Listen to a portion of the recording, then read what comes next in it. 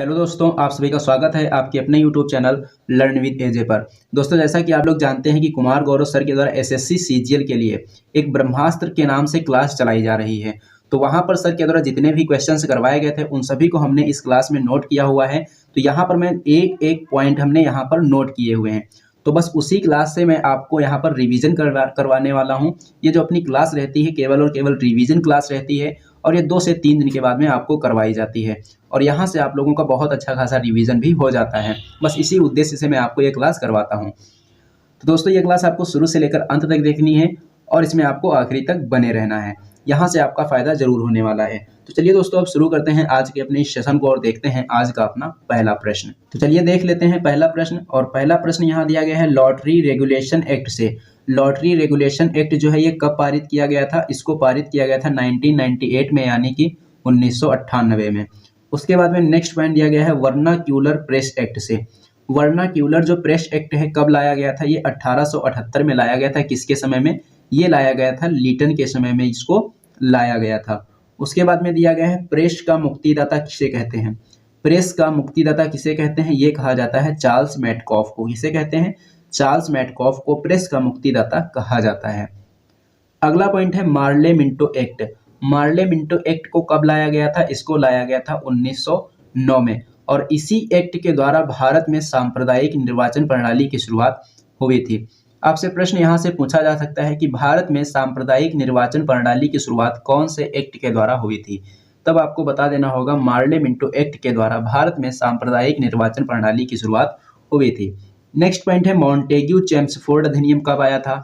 Montagu Chelmsford जो अधिनियम है ये आया था 1919 में। कब आया था? 1919 में।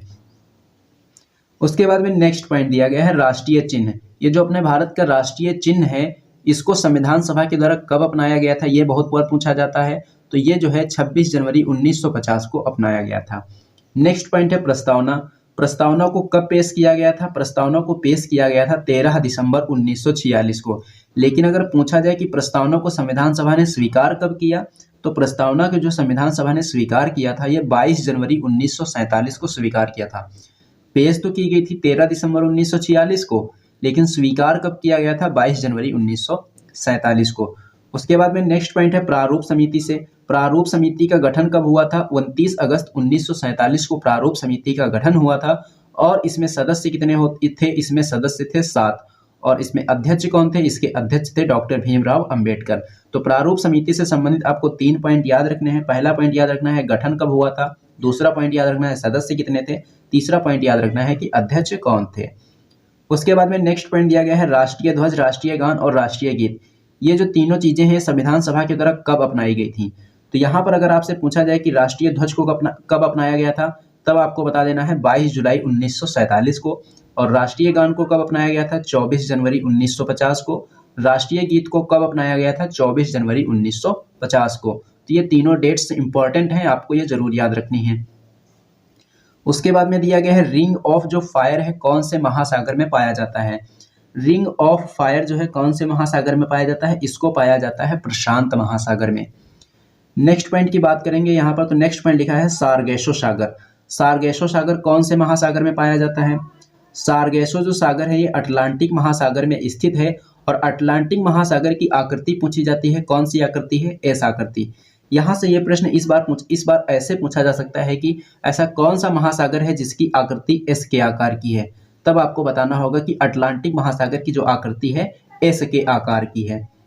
अगला पॉइंट है गल्फ स्ट्रीम और लेब्राडोर। ये जो गल्फ स्ट्रीम है कैसी जलधारा है? ये गर्म जलधारा है और लेब्राडोर कैसी जलधारा है? ये ठंडी जलधारा है। अगला पॉइंट है विश्व आर्द्रभूमि दिवस कब मनाया जाता है? विश्व आर्द्रभूमि दिवस जो है प्रतिवर्ष 2 फरवरी को मनाया जाता है। 2 फरवरी को ही क्यों मनाया जाता है? क्योंकि 2 फरवरी 1971 को एक समझौता हुआ था जिसका नाम है रामसर समझौता। तो रामसर समझौता जो है 2 फरवरी 1971 हुआ था। यही इसकी वजह है कि विश्व आर्द्रभूमि दिवस प्रतिवर्ष 2 फरवरी को मनाया जाता है। ये जो रामसर नाम का स्थान है कहाँ स्थित है? ये स्थित है ईरान में। नेक्स्ट पॉइंट दिया गया है स्टार्टअप दिवस से। स्टार्टअप दिवस कब मनाया जाता है? स्टार्टअप दिवस जो है ये प्रतिवर्ष 16 जनवरी को मनाया जाता है। पराक्रम दिवस कब मनाते हैं? इसको मनाते हैं 23 जनवरी को। वीर बाल दिवस कब मनाते हैं? इसको मनाते हैं 26 दिसंबर को। डॉल्फिन दिवस कब मनाते हैं? इसको मनाते हैं 5 अक्टूबर को। विश्व स्लोथ बियर दिवस कब मनाते हैं? विश्व स्लोथ बियर दिवस मनाते हैं 12 अक्टूबर को। ये सारे के सारे दिवस इम्पोर्टेंट हैं और बहुत ही इम्पोर्टेंट हैं, इनको आपको जरूर याद रखना है। उसके बाद में दिया गया है पानीपत का प्रथम युद्ध, पानीपत का द्वितीय युद्ध और पानीपत का तृतीय युद्ध। तो इनसे संबंधित कौन कौन से क्वेश्चन बन सकते हैं? पानीपत का जो प्रथम युद्ध हुआ था कब हुआ था? ये हुआ था 1526 में। पानीपत का प्रथम युद्ध किस किस के बीच लड़ा गया था? ये बाबर और इब्राहिम लोदी के बीच में लड़ा गया था और इसमें जीत किसकी हुई थी? जीत हुई थी बाबर की। पानीपत के प्रथम युद्ध में किसकी जीत हुई थी? बाबर की जीत हुई थी। दूसरा पॉइंट है पानीपत का दूसरा युद्ध कब हुआ था? पानीपत का जो दूसरा युद्ध है ये कब हुआ था? ये हुआ था 1556 में। किस किस के बीच लड़ा गया था? ये बैरम खां और हेमू के बीच लड़ा गया था और इसमें किसकी जीत हुई थी? इसमें जीत हुई थी बैरम खां की। पानीपत के दूसरे युद्ध में किसकी जीत हुई थी? बैरम खां की जीत हुई थी। नेक्स्ट पॉइंट यहाँ पर है पानीपत का तीसरा युद्ध कब हुआ था? पानीपत का जो तीसरा युद्ध है ये 1761 में लड़ा गया था। किस किस के बीच? मराठा और अहमद शाह अब्दाली के बीच ये युद्ध लड़ा गया था। जीत इसमें किसकी हुई थी? जीत हुई थी इसमें अहमद शाह अब्दाली की। तो ये तीनों पॉइंट यहाँ से आपको याद रखने हैं। यहाँ से 8 से 10 प्रश्न कई तरीके से बदल बदल कर पूछे जा सकते हैं। नेक्स्ट पॉइंट दिया गया है हल्दी घाटी का युद्ध कब लड़ा गया था? हल्दी घाटी का जो युद्ध है ये कब लड़ा गया था? ये लड़ा गया था 1576 में। किस किस के बीच लड़ा गया था? ये मान सिंह और महाराणा प्रताप के बीच में लड़ा गया था। अगला पॉइंट है खानवा का युद्ध कब लड़ा गया था? खानवा का युद्ध जो है 1527 में लड़ा गया था राणा सांगा और बाबर के बीच में। नेक्स्ट पॉइंट दिया गया है जनजातियों से संबंधित। ओंग जनजाति, जारवा जनजाति, सोमपेन जनजाति और सेटिनलेज जनजाति, ये सभी की सभी जनजातियां कहाँ पाई जाती हैं? ये सभी जनजातियां अंडमान निकोबार में पाई जाती हैं। ये चारों जनजातियों के नाम आपको जरूर याद रखने हैं। उसके बाद में नेक्स्ट पॉइंट है अपना भारत का एकमात्र सक्रिय ज्वालामुखी कौन सा है? भारत का एकमात्र सक्रिय ज्वालामुखी है बैरन द्वीप और ये कहाँ है? ये है अंडमान निकोबार में। महात्मा गांधी समुद्री राष्ट्रीय उद्यान कहाँ है? महात्मा गांधी समुद्री राष्ट्रीय उद्यान जो है ये अंडमान निकोबार में स्थित है। उसके बाद में जो अपना अगला पॉइंट है मौलिक कर्तव्यों से संबंधित है। मौलिक कर्तव्यों का उल्लेख कौन से भाग में किया गया है? तो भाग 4A में किया गया है और अनुच्छेद पूछेगा तो अनुच्छेद नंबर 51A बता देंगे। मौलिक कर्तव्यों को कौन से संविधान संशोधन के द्वारा जोड़ा गया था? तो 42वें संविधान संशोधन के द्वारा 1976 में इनको जोड़ा गया था। और कितने मौलिक कर्तव्य जोड़े गए थे? 10 मौलिक कर्तव्य।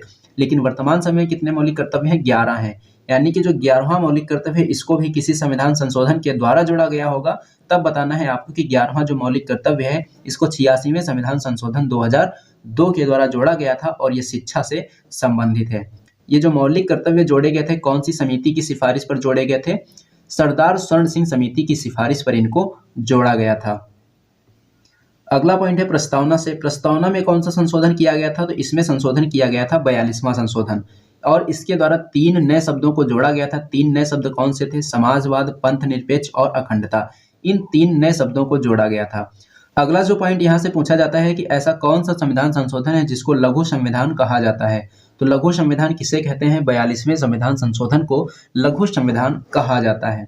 उसके बाद में जो अपना अगला पॉइंट है शिक्षा को राज्य सूची से निकालकर समवर्ती सूची में कौन से संविधान संशोधन के द्वारा डाला गया? तो इसके लिए जो है 42वां संविधान संशोधन किया गया था और इसी के द्वारा शिक्षा को राज्य सूची से निकालकर समवर्ती सूची में डाल दिया गया। उसके बाद में जो दिया गया है 44वां संविधान संशोधन। 44वां संविधान संशोधन कब हुआ था? 1978 में हुआ था और इसके द्वारा संपत्ति के अधिकार को मौलिक अधिकार से हटा दिया गया और इसको एक कानूनी अधिकार का दर्जा दिया गया और किसमें रखा गया? आर्टिकल नंबर 300A में इसको रखा गया।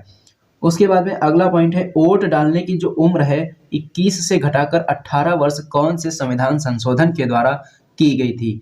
तब हमको बताना है कि 61वें संविधान संशोधन के द्वारा 1989 में वोट डालने की उम्र 21 वर्ष से घटाकर 18 वर्ष कर दी गई थी। अगला पॉइंट है 103वां संविधान संशोधन जो कि 2019 में हुआ। ये किससे संबंधित है? ये संबंधित है आर्थिक रूप से कमजोर वर्ग से संबंधित है यानी कि EWS से संबंधित है और इसमें 10% आरक्षण का प्रावधान इनके लिए किया गया है।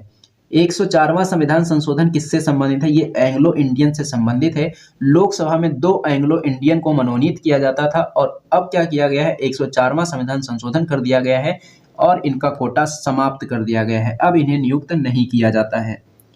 उसके बाद में दिया गया है पूंजी लाभ कर, निगम कर, आय कर, ये कैसे कर हैं, तब आपको बताना है कि ये प्रत्यक्ष कर हैं। और जीएसटी कैसा कर है, जीएसटी जो है यह एक प्रकार का अप्रत्यक्ष कर है। बात आई है जीएसटी की, तो जीएसटी जो है कौन सी सूची का कर है, तब हमको बताना है कि जीएसटी समवर्ती सूची का कर है। जीएसटी को लागू कब किया गया था, जीएसटी को जो है 1 जुलाई 2017 को लागू किया गया था। नेक्स्ट पॉइंट यहाँ से पूछा जा सकता है कि जीएसटी से संबंधित कौन सा संविधान संशोधन है, तब हमको बताना है कि 101वां संविधान संशोधन जीएसटी से संबंधित है। जीएसटी को कौन सी समिति की सिफारिश पर लाया गया था, तो विजय केलकर समिति की सिफारिश पर इसको लाया गया था। जीएसटी दर का निर्धारण कौन करता है, जीएसटी दर का निर्धारण करता है जीएसटी परिषद। जीएसटी परिषद का उल्लेख संविधान के कौन से अनुच्छेद में है, अनुच्छेद नंबर 279A में। उसके बाद में पूछा गया है जीएसटी परिषद का हेड कौन होता है, तो जीएसटी परिषद का जो हेड होता है कौन होता है, वित्त मंत्री होता है। तो ये सारे पॉइंट आपको याद रखने हैं। तो दोस्तों ये था आज का आपका सेशन। ये सेशन आपको कैसा लगा है कमेंट बॉक्स में कमेंट करके जरूर बताना। सेशन पसंद आया तो इसे लाइक करना और इसे अपने दोस्तों में ज़्यादा से ज़्यादा शेयर भी करना। और हाँ दोस्तों, अगर आप लोगों ने अभी तक हमारे चैनल को सब्सक्राइब नहीं किया, चैनल को सब्सक्राइब कर लेना और बेल आइकन पर क्लिक करके ऑल पर जरूर क्लिक कर लेना, जिससे कि इस चैनल पर जब भी कोई वीडियो अपलोड की जाए तो उसका नोटिफिकेशन आपको सबसे पहले मिले। चलिए दोस्तों, मिलते हैं अब हम लोग एक नेक्स्ट वीडियो में।